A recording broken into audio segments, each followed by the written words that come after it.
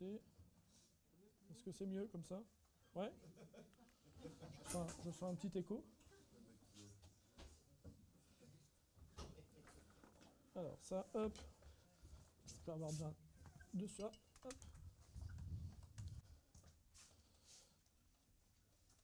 Vous allez bien ce matin? Malgré la météo un peu défavorable. On a eu plein de soleil pendant 4 semaines. Donc merci Seigneur pour la pluie. C'est précieux pour la nature.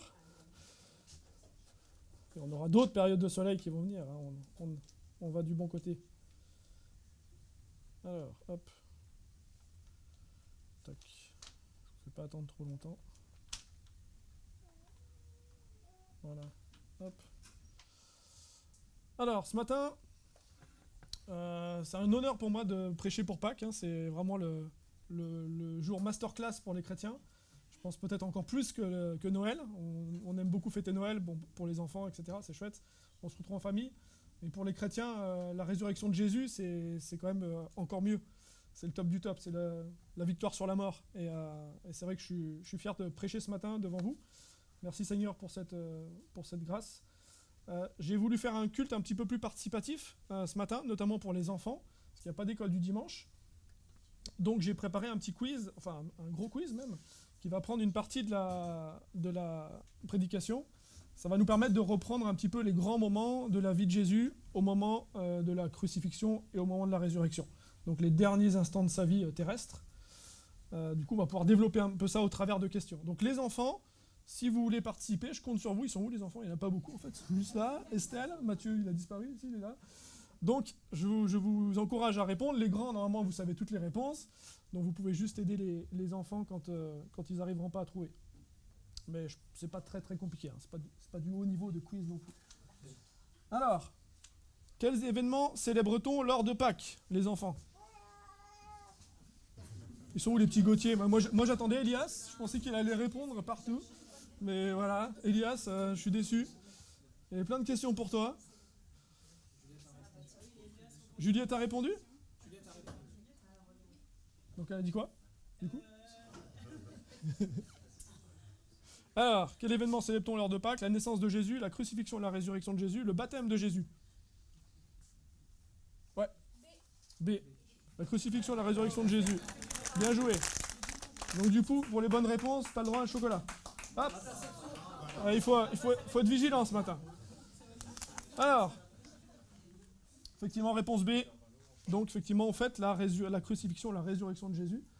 Et la grâce, c'est que Jésus a été crucifié pour nos péchés, on va le voir un peu tout à l'heure dans mon message, mais il n'est pas resté dans le tombeau, il est ressuscité. Et ça, c'est vraiment une espérance glorieuse pour nous. On peut se réjouir d'avoir un Dieu qui est vivant, c'est pas un Dieu qui est resté dans le tombeau. Il a vaincu la mort, et on en parlera aussi un petit peu tout à l'heure. Deuxième question, que faisait Jésus pendant le dernier repas avec les disciples? Est-ce qu'il leur a lavé les pieds? Est-ce qu'il a partagé du pain et du vin? Est-ce qu'il a raconté des histoires? Estelle? Mathilde, elle voulait répondre. Vas-y, Mathilde. Il a partagé du pain et du... Oui, il a partagé du pain et du vin. Effectivement. Il a aussi lavé les pieds dans le... Il a raconté des histoires. Ouais, c'est vrai. Bon, les deux principales, c'était partager du pain et du vin. Donc ça, le partager du pain et du vin, on le voit dans les 4 évangiles. Laver les pieds, c'est uniquement dans l'évangile de Jean. Bon, j'avais mis que réponse B, mais... Ouais, je prends comme le chocolat. Ouais, vas-y, Mathilde. Hop. Hop. Voilà. Bon, les autres, vous voulez pas de chocolat, c'est ça? Troisième question, très difficile. Quel disciple a trahi Jésus? Est-ce que c'est Pierre? Est-ce que c'est Jean? Est-ce que c'est Thomas? Ou c'est...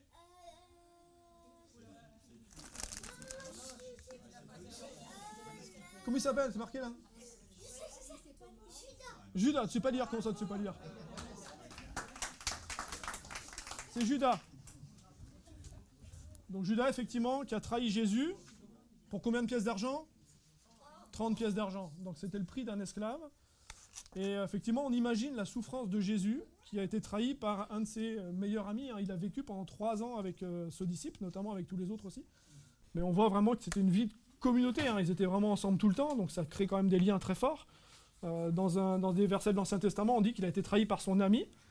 Et donc, ça a dû être terrible en plus de la souffrance de la croix, parce que Jésus savait ce qui allait se passer, mais cette trahison de son ami a rajouté un petit peu du fardeau qu'il a porté. Donc c'était bien réponse D. 4e question. Il y en a 50, hein, donc... Non, je plaisante. Je me suis arrêté à 12, je sais pas pourquoi 12. Bon. Pourquoi Jésus a-t-il été crucifié? Est-ce que c'est parce qu'il avait volé un trésor? Est-ce que c'est parce qu'il a guéri trop de malades? Est-ce qu'il s'est déclaré fils de Dieu? Ou parce qu'il veut devenir roi d'Israël par la force? Elias. La C. Donc c'est quoi? Ouais, amen. Il s'est déclaré fils de Dieu, bravo. Donc il s'est déclaré fils de Dieu, effectivement. Il a guéri plein de malades, mais c'est pas pour ça qu'il a été crucifié. C'est parce qu'il a dit devant l'ensemble des pharisiens, les Sanhédrins, et devant l'ensemble du peuple qu'il était fils de Dieu. Hein. Il ne s'est pas caché.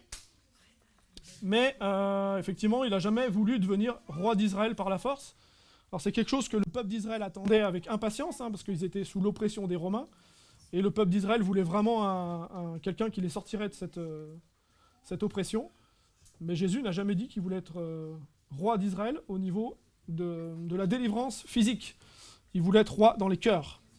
Et ça a été un petit peu compliqué à comprendre pour les gens de l'époque. Même les disciples ont eu du mal. Hein. Parmi les disciples, il y en avait aussi certains qui voulaient vraiment que Jésus soit roi, les délivre de l'oppresseur romain. Mais ce n'était pas l'objectif de Christ. Donc réponse C. Où Jésus a-t-il été crucifié? Au temple de Jérusalem, sur la montagne des Oliviers, sur le mont Golgotha, ou dans le désert de Judée? Lucie, tu veux répondre? Je suis sûr que tu as la bonne réponse. Oui. Oh. Tu as gagné un chocolat.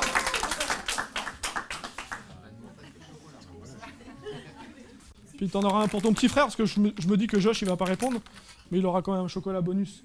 Ça, c'est la grâce. Hein. Donc effectivement, réponse C, c'était sur le mont Golgotha, qui veut dire le mont des crânes. Donc c'était devant la ville de Jérusalem, donc c'était aux yeux de tous. 6e question. Que veut dire la crucifixion? Est-ce que ça veut dire être banni, être pendu, être attaché à une croix jusqu'à la mort, être enfermé dans un tombeau? Mathieu. Là, c'est être attaché à une croix jusqu'à la mort. Donc effectivement, c'était la mort qui était réservée aux criminels à l'époque.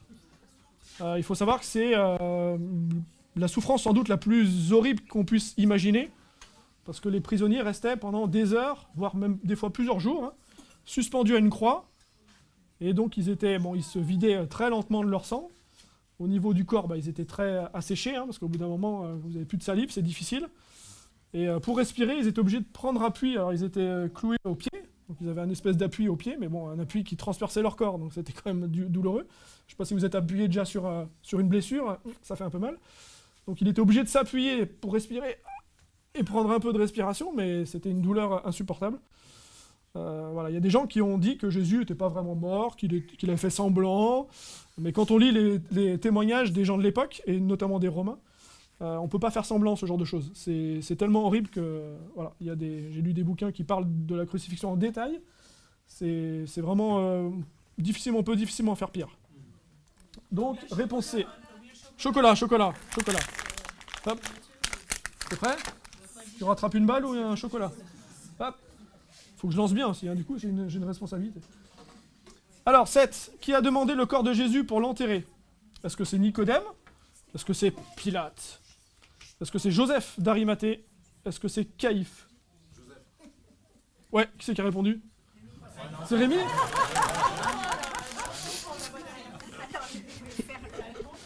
Je vais tirer la tête de Sylvain après, je vais me faire un disputer. Ah ouais, donc c'est Joseph d'Arimathée.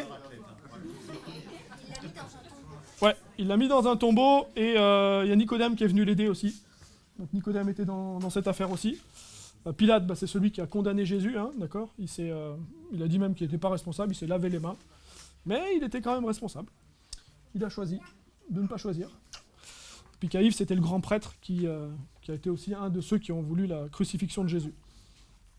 Joseph d'Arimathée qui était un disciple de Jésus. Qui a vu le tombeau vide en premier? Est-ce que c'est Pierre? Est-ce que c'est Jean? Marie-Madeleine ou Thomas? Mais là-bas, ça répond pas. Hein. Vous savez pas là-bas. Vas-y. Ouais, Marie-Madeleine, exact. T'es prêt? Hop. Bravo. Donc Marie-Madeleine, alors c'est un événement important parce que vous savez qu'à l'époque, les femmes n'avaient pas beaucoup de droits de cité. Dans certaines civilisations, leur rôle était vraiment négligeable. Et vraiment, la Bible met en avant les femmes, en ce qu'elles ont eu le privilège d'être les premières à voir le Christ ressuscité. Elles l'ont annoncé aux disciples ensuite, qui ont eu du mal à y croire, parce qu'à l'époque, vous savez, la parole d'une femme, c'était pas... On avait besoin de vérifier un petit peu, pourtant, bon, c'est bizarre.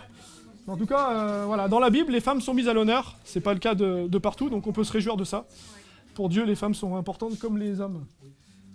Donc Marie-Madeleine, pour ceux qui ont lu Dan Brown, hein, ça n'a jamais été l'épouse de Jésus, hein, faut pas croire tout ce qu'on vous raconte. C'était une disciple fidèle de Jésus, elle a suivi Jésus pendant tout son ministère. Elle a sans doute peut-être participé aussi à ses besoins financiers, mais ça n'a jamais été son épouse. Hein. Il ne faut pas croire tout ce qu'on vous raconte. C'est combien de jours après sa mort Jésus est ressuscité? Est-ce qu'il est ressuscité le lendemain? Après une semaine? Le 3e jour ou le 5e jour? Oui, Elias? C'est le 3e jour, effectivement. Donc, c'est des jours qui sont comptés au niveau hébreu, c'est-à-dire que le vendredi, ça compte aussi, le samedi, et le dimanche. Donc, dans l'aspect mathématique pur, c'est pas 3 jours, il y a moins de 48 heures, mais quand un jour était commencé, il était compté parmi les juifs. Donc, ça fait vendredi, samedi, dimanche. Donc, c'est bien 3 jours. Hop. Un chocolat? Qui? Ah, mais si, un petit chocolat. Faut donner une réponse. Alors, j'ai une question sur Lévitique.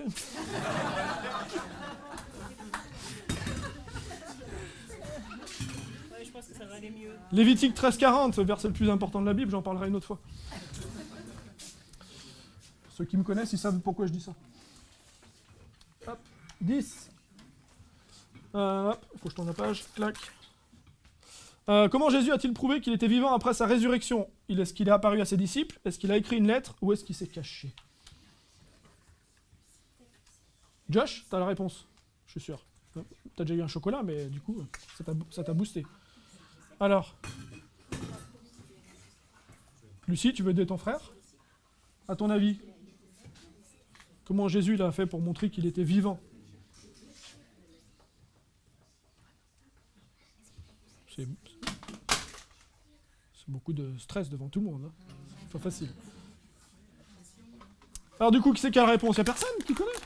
Un petit chocolat. Mathieu, ouais? Ouais, il est apparu à ses disciples. Donc il est apparu, les disciples, ils étaient sur le lac, ils avaient repris leur activité de pêche. Hop. Et du coup, ils ont vu quelqu'un au loin, et Pierre, il a reconnu Jésus, il a sauté de la barque, et il est allé le rejoindre. Et ensuite, il s'est montré à plein d'autres disciples, notamment sur le chemin d'Emmaüs, mais pas seulement. Il s'est même montré à plein de disciples en même temps. Mais rien n'est impossible à Jésus, hein. Il peut être à plusieurs endroits à la fois. Il est Dieu. 11e question. Quel passage de la Bible déclare que si Christ n'est pas ressuscité, votre foi est vaine? Ah, c'est plus compliqué ça, hein, c'est pour les adultes. Parce que les enfants... 1 Corinthiens 15. Ouais, bien vu. Allez, chocolat, tu l'as bien mérité. Ah, c'était la question la plus dure. 1 Corinthiens 15, effectivement, 15-14. Ne me demandez pas ce que disent les autres, j'ai pas regardé, désolé. Et puis la deuxième et dernière question, quel est le message central de l'évangile selon Paul sur la résurrection? Est-ce que Jésus est le chemin, la vérité, la vie? Est-ce que si Christ n'est pas ressuscité, votre foi est vaine? Aimez-vous les uns les autres? Bon, il y a des pièges là, il y a des pièges. Ouais, Manu? Ouais. Ouais, si Christ n'est pas ressuscité, votre foi est vaine. Les autres sont bien aussi, hein. On prend tout, il n'y a pas de souci. Sur la résurrection, c'est plus le B. Attention, Paul, baisse la tête.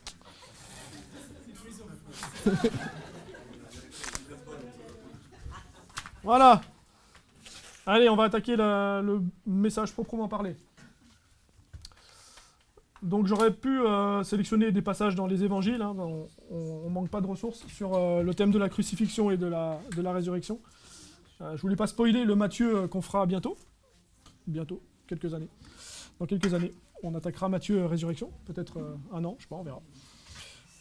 On verra. Donc du coup, j'ai choisi de prêcher sur un passage de Romains 6.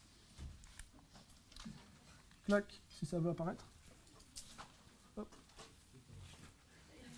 Voilà, merci. Alors, Romains 6, il est où? Il est au début. Clac. Versets 3 à 11. Vous allez voir, curieusement, il y a un petit lien avec ce qu'on a vu tout à l'heure. Romains 6, 3, 11. Ignorez-vous que nous tous, qui avons été baptisés en Jésus-Christ, c'est en sa mort que nous avons été baptisés. Nous avons donc été ensevelis avec lui par le baptême en sa mort, afin que, comme Christ est ressuscité des morts par la gloire du Père, de même nous aussi nous marchions en nouveauté de vie. En effet, si nous sommes devenus une même plante avec lui, par la conformité à sa mort, nous le serons aussi par la conformité à sa résurrection, sachant que notre vieil homme a été crucifié avec lui, afin que le corps du péché fût détruit, pour que nous ne soyons plus esclaves du péché, car celui qui est mort est libre du péché. Or, si nous sommes morts avec Christ, nous croyons que nous vivrons aussi avec lui, sachant que Christ, ressuscité des morts, ne meurt plus.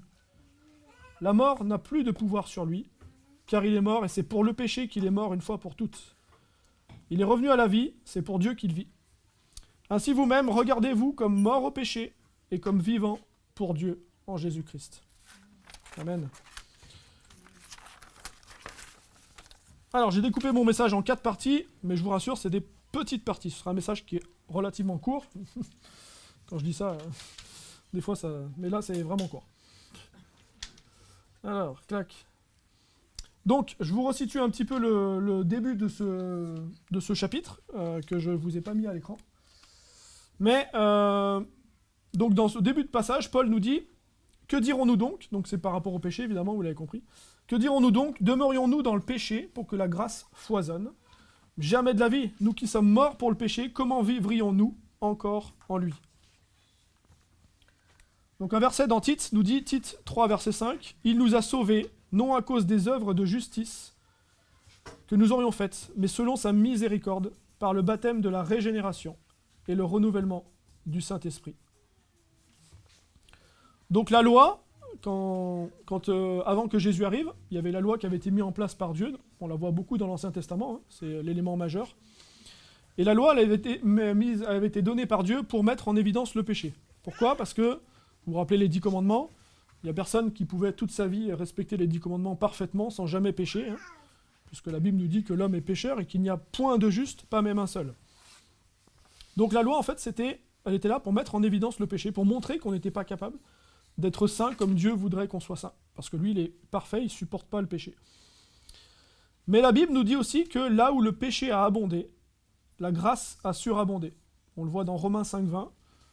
Et Paul développe à partir de ça dans le chapitre suivant. Donc ce que Paul dit ici,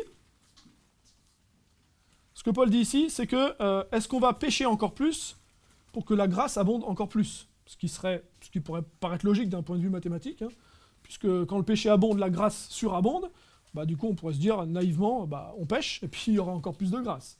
D'accord? C'est pas du tout ce que Dieu veut, puisque Paul nous dit absolument pas. Il a dit jamais de la vie. Dans d'autres passages, vous avez certes non. C'est quelque chose vraiment de très fort chez l'apôtre Paul, hein, il en parle plusieurs fois dans ses épîtres. C'est presque qu'il est outré en fait qu'on puisse ne serait-ce que penser ça. D'accord? Et donc, puisque nous sommes morts au péché, hein, c'est ce que Paul nous dit, si on a reçu Jésus-Christ dans notre cœur, eh bien, c'est impossible pour nous d'avoir l'envie de se dire je vais pécher plus pour que la grâce abonde, c'est complètement aberrant. Donc c'est comme un petit peu la transformation de la chenille en papillon. Donc, Lucie, est-ce que tu sais ce que la chenille, elle fait quand elle vit en tant qu'animal? Comment elle se déplace? Est-ce que tu connais la petite chenille? Ouais, sur le ventre. Donc elle rampe, très bien, super. Donc la chenille, elle rampe, et ensuite elle se transforme en papillon, et qu'est-ce qu'elle va faire? Est-ce qu'elle va encore ramper? Le papillon? Non. Il va voler, hein, c'est beaucoup plus simple. Le papillon, il rampe plus, il a des petites pattes, mais la majorité du temps, il va se servir de ses ailes. Et bien c'est la même chose pour nous. Et on voit que dans cette partie, que je vous ai lu tout à l'heure, on a une grosse partie des passages qui sont à l'indicatif. Nous sommes morts au péché, on en voit au verset 5, nous sommes devenus une plante avec lui. Donc en fait, c'est des faits que Paul nous présente et qui sont considérés comme acquis. Ce n'est pas à remettre en question. Et ensuite, les versets suivants, que vous pourrez lire tranquillement chez vous, à partir du verset 12, c'est plus des versets à l'impératif. Donc pour nous, quand il dit « Considérez-vous comme morts au péché, que le péché ne règne pas sur vous », et ça, c'est une façon aussi de nous exhorter avec ces verbes à l'impératif. Donc en fait, dans le passage qu'on voit aujourd'hui, dans les versets 3 à 10, Paul il va un peu nous donner le carburant pour avancer dans notre union avec Jésus. Et dans les versets suivants, il va nous montrer la direction, la sainteté à suivre. Les versets 3 à 10, c'est un peu le statut en Christ. Et puis, dans les versets 11 à 14, on a notre comportement en Christ. Et donc, pour vivre une vie sainte, il faut comprendre que Christ nous en a donné les moyens. Donc, tous les verbes à l'impératif, ils ne peuvent pas être vécus sans la partie des verbes à l'indicatif. Et ça marche aussi dans l'autre sens. Les verbes à l'indicatif, ils sont inutiles sans les impératifs. En fait, les deux se complètent. C'est un petit peu comme si on vous demandait d'escalader une montagne, mais qu'on ne vous donne pas le matériel nécessaire. Des crampons, une corde, un piolet, des mousquetons. Ce serait compliqué. Je parle d'une vraie montagne, pas d'une petite colline qu'on peut faire en rando. Et ben, c'est un peu la même chose ici. On a besoin à la fois de savoir qui on est en Jésus, donc ça c'est les premiers versets qu'on va voir aujourd'hui, et en même temps d'être encouragé pour notre vie de chrétien derrière. En Romains 6,3, donc c'est un des versets qu'on voit aujourd'hui, « Ignorez-vous que nous tous qui avons été baptisés en Jésus-Christ, c'est en sa mort que nous avons été baptisés. » Donc ici, Paul va nous donner un petit cours de catéchisme, un petit peu comme si le baptisé n'avait pas trop compris le but de son acte. Donc le terme baptisé, en grec, ça a le sens de immerger. Donc en fait, c'est comme si donc quand on passe par les eaux du baptême, on est immergé en général, complètement. Et c'est un peu comme si on prenait un objet et qu'on le trempait dans un bac de peinture. Par exemple, vous avez une chemise blanche, comme ça, hop, et je le plonge dans un bac de peinture qui est bleu, par exemple. Bah, la chemise va ressortir bleue. Et donc, pour nous confronter dans cette image, Paul va nous parler du verset 5, qui est encore un peu plus important, que je vous ai mis ici. Donc, il y a plusieurs versions.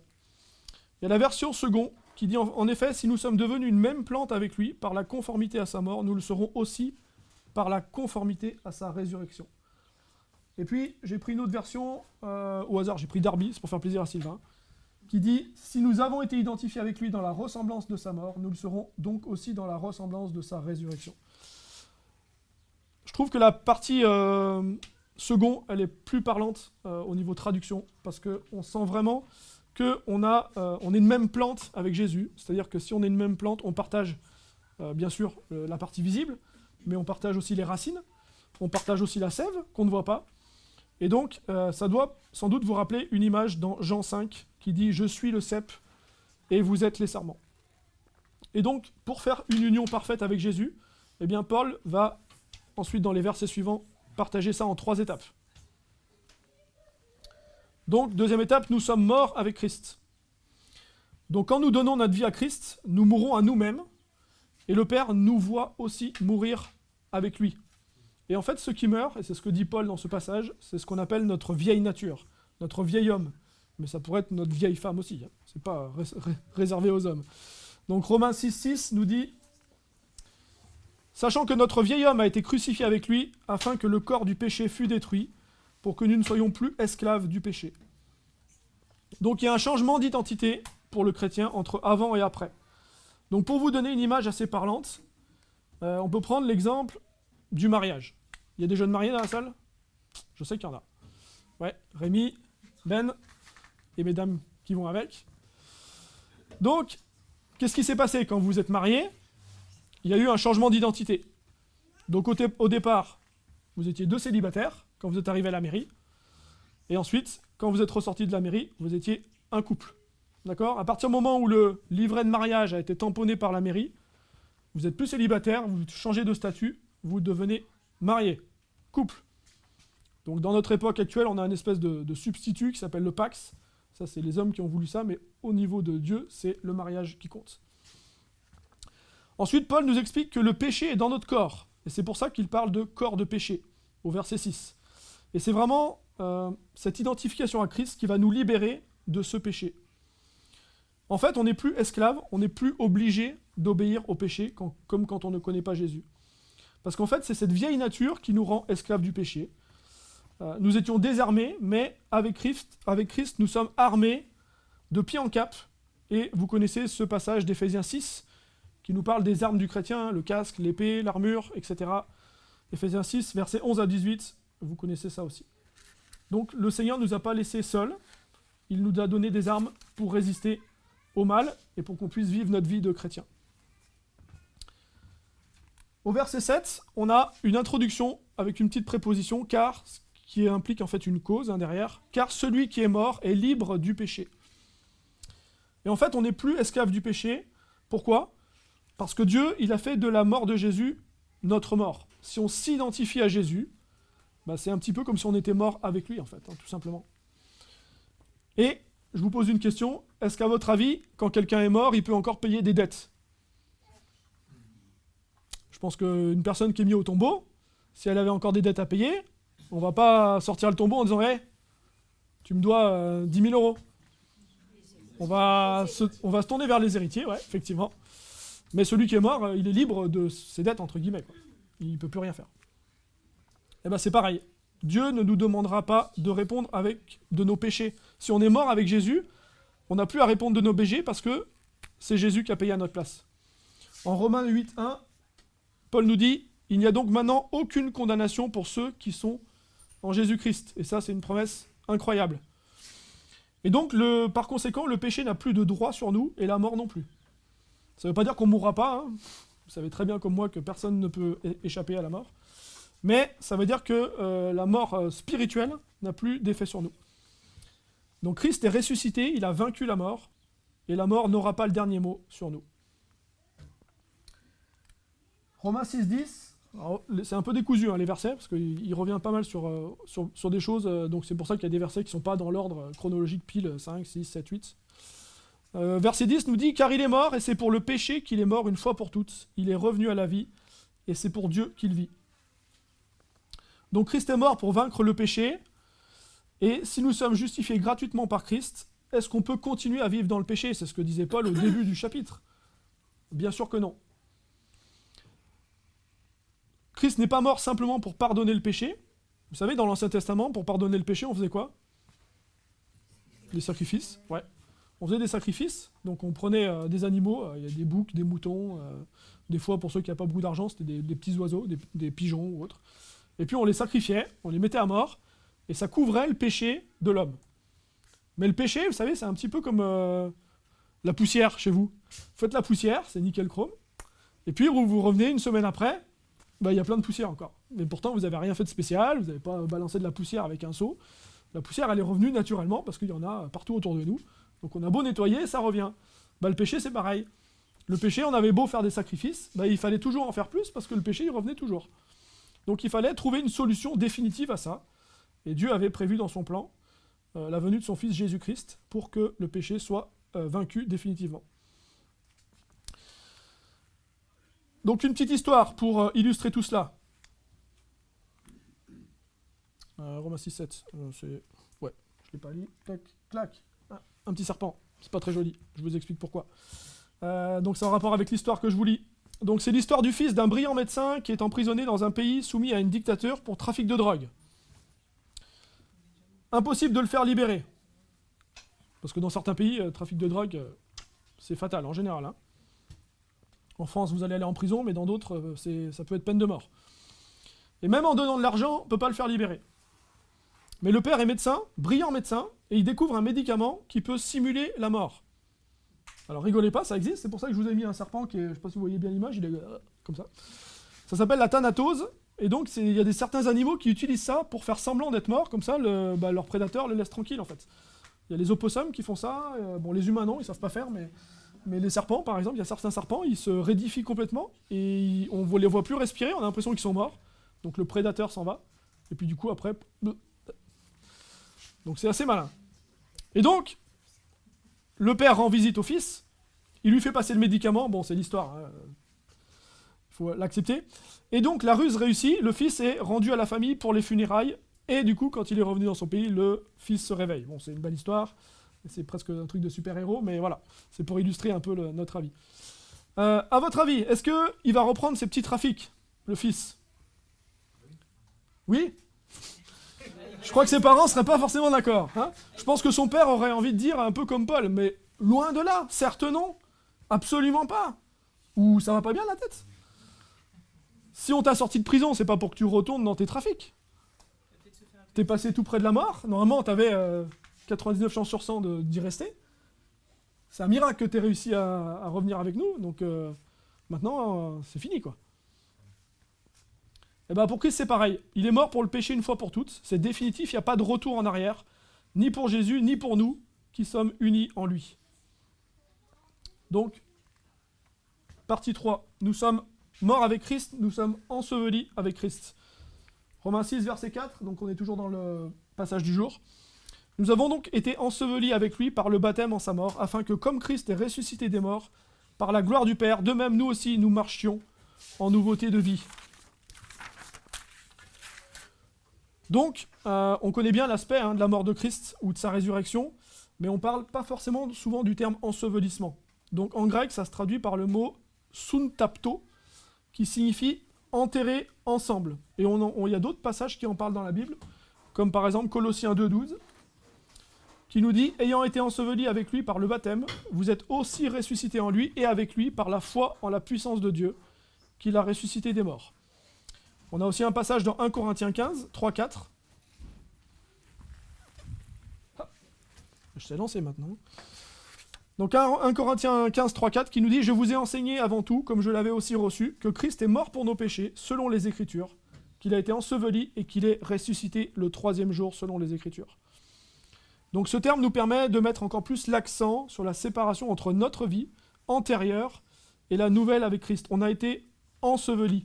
Et vous savez, quand on fait un enterrement, ce matin on peut célébrer la naissance du petit Ismaël pour Ellie et Jess, c'est toujours de la joie. Pour les enterrements en général c'est moins joyeux.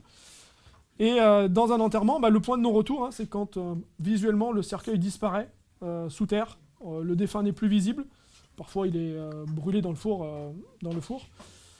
Donc la boîte est partie, donc on a vraiment la sensation que c'est définitivement terminé. On va remettre la terre par-dessus.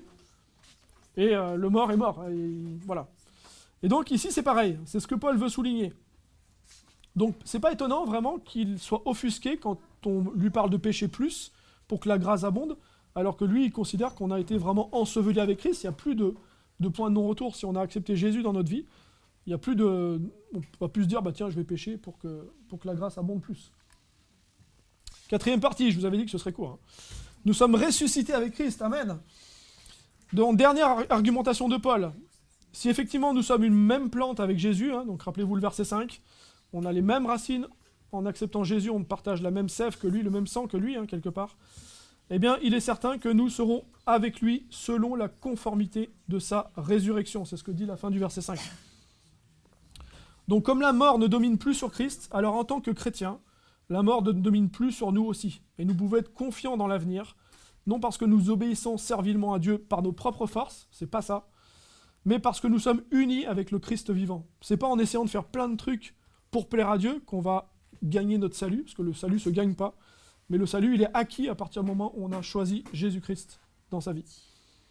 Et quand je me suis converti il y a de cela près de 20 ans, un des premiers sentiments que j'ai ressentis, c'était de plus avoir peur de la mort, parce que comme tout le monde, je pense, quand on est enfant, des fois, il y a des moments où on y pense, et puis, ou même ado, on se dit, wow. Et ça fait peur, parce qu'on ne sait pas ce qui se passe après. Même si, en tant qu'enfant, on est un peu loin de tout ça, mais on ne sait jamais quand ça peut arriver. Et Christ, en fait, il veut que notre vie devienne la sienne. Et Paul nous encourage à ce que le salut qui nous est acquis ne soit pas là pour que nous nous reposions sur nos acquis et profiter d'une vie bien tranquille, ma femme me le dit souvent, mais que nous vivions comme Christ, par Christ et pour Christ. C'est ce que nous dit le verset 10. Pourquoi j'ai mis le verset 11 ? Non, c'est le verset 10. Je ne vous ai pas mis le verset 10. Une petite erreur, donc je vous le lis. « Car il est mort, et c'est pour le péché qu'il est mort une fois pour toutes. Il est revenu à la vie, et c'est pour Dieu qu'il vit. » Et donc quand nous comprenons ça, nous avons une nouvelle force par rapport au péché, une force que la loi ne pourra jamais nous donner. nous ne sommes plus enclins au péché comme Christ l'a été, nous sommes libres par rapport à lui. Et donc c'est ce que nous dit Romains 6, verset 11. Ainsi vous-même, regardez-vous comme morts au péché et comme vivants pour Dieu en Jésus-Christ. Alors, en conclusion, donc peut-être après avoir entendu tout cela, il y a une petite question qui vous taraude, et ce serait légitime. En disant, si nous sommes morts au péché, comment ça se fait qu'on continue à pécher? Et c'est ce que Paul développe dans les versets suivants. Donc je vous encourage à lire les prochains versets, à partir du verset 12, tranquillement chez vous. Si je le faisais aujourd'hui, on en aurait encore pour 20 minutes, et j'aurais dépassé mon timing. Et donc en fait, il faut comprendre que pour nous approprier notre statut de chrétien et de personne née de nouveau, nous devons aussi nous approprier Christ. Et s'approprier Christ, ça ne se fait pas du jour au lendemain. On accepte Jésus-Christ dans notre vie, mais pendant toute notre vie physique, Dieu va nous façonner au travers des choses qu'on va vivre dans notre vie. Ça peut être des épreuves qui parfois sont douloureuses. Ça peut être aussi des joies qu'on va vivre, notamment dans la communauté des frères et sœurs. Ça, c'est des moments aussi bénis. Et en fait, toute notre vie va être un apprentissage avec Christ. Le salut, il est acquis, il n'y a pas de souci. On n'a pas besoin de le travailler là-dedans. Mais pendant toute notre vie, on va travailler pour ressembler de plus en plus à Jésus. Et c'est lui qui va nous donner la force d'arriver à ça. Ça ne se fait pas par nous-mêmes. Et donc, mes amis, le fait de pécher ne doit pas nous décourager, ni nous faire nous lamenter. Ça ne remet pas en cause notre salut. 2 exemples pour illustrer cela. Si on reprend tout à l'heure l'image que j'ai utilisée pour le mariage. Quand nous nous marions, nous devenons un couple. Mais, les jeunes mariés peuvent témoigner, même les plus vieux mariés, ça ne veut pas dire que cette union va être immédiatement parfaite. Il va falloir apprendre à vivre ensemble, parce qu'en théorie, on n'a jamais vécu ensemble avant le mariage, en tout cas chez les chrétiens. Dans le monde, oui, mais chez les chrétiens, non. Donc ça veut dire qu'on a vraiment une nouvelle vie à apprendre. Comment l'autre va se comporter, quelles sont ses habitudes, quelles sont ses bonnes habitudes, ses mauvaises habitudes, quel est son caractère, quelles vont être ses réactions dans tel ou tel domaine. On va également apprendre à se connaître sexuellement, etc. Donc c'est une liste non exhaustive. Et tout ça, ça demande du temps. Et bien c'est la même chose pour la vie chrétienne. Nous sommes sauvés, nous sommes délivrés du péché, mais notre apprentissage continue tout au long de la vie. Un autre exemple, j'ai pris l'exemple de l'esclavage. Donc ça c'est Romains 6.11, que je vous avais cité déjà tout à l'heure. Donc l'esclavage, à la fin de la guerre de sécession aux États-Unis, donc pour info, c'est 1865 aux États-Unis, en France c'était fin du XVIIIe siècle, 1794. Donc du jour au lendemain, il y a des milliers d'êtres humains qui sont passés du statut d'esclave à celui d'homme libre. Mais le changement des mentalités a été très lent, notamment pour les anciens maîtres. Et certains ont refusé d'obéir à la loi parce qu'ils ont voulu garder leurs esclaves. Et nous aussi, mes amis, on a un ancien maître qui veut toujours nous récupérer et qui veut nous faire dévier de la route de Christ, et vous le connaissez très bien, c'est Satan. À partir du moment où on se convertit, Satan, son objectif, ça va être vraiment de nous éloigner de Christ. Nous, on est sauvés, on est nés de nouveau, mais Satan, il veut toujours essayer de nous faire tomber en nous faisant croire tout un tas de choses. Par exemple, certains qui disent qu'ils peuvent perdre leur salut, par exemple. Ça, c'est Satan qui nous murmure à l'oreille en disant « Mais comme il a fait pour Adam et Ève, es-tu bien sûr que Dieu a dit ?» Et c'est pareil. Le but du jeu de Satan, c'est vraiment qu'on s'éloigne de Jésus, qu'on pêche, qu'on tombe. Et donc, Paul nous dit, Romains 6.11, « Ainsi vous-même, regardez-vous comme morts au péché et comme vivants pour Dieu en Jésus-Christ. » Donc, c'est pas une technique d'auto-suggestion. Vous savez, des fois, on peut, en se répétant plein de fois la même chose, on peut arriver des fois à se convaincre de la réalité, même si c'est pas vrai. Par exemple, je suis le meilleur vendeur de France. C'est une autosuggestion. Si je me le répète tous les jours, matin, midi et soir, peut-être au bout d'un moment, je vais être persuadé au fond de moi-même que c'est vrai. Et peut-être que ça va m'aider dans ma vie professionnelle à être plus à l'aise pour vendre ma marchandise. Ça marche parfois.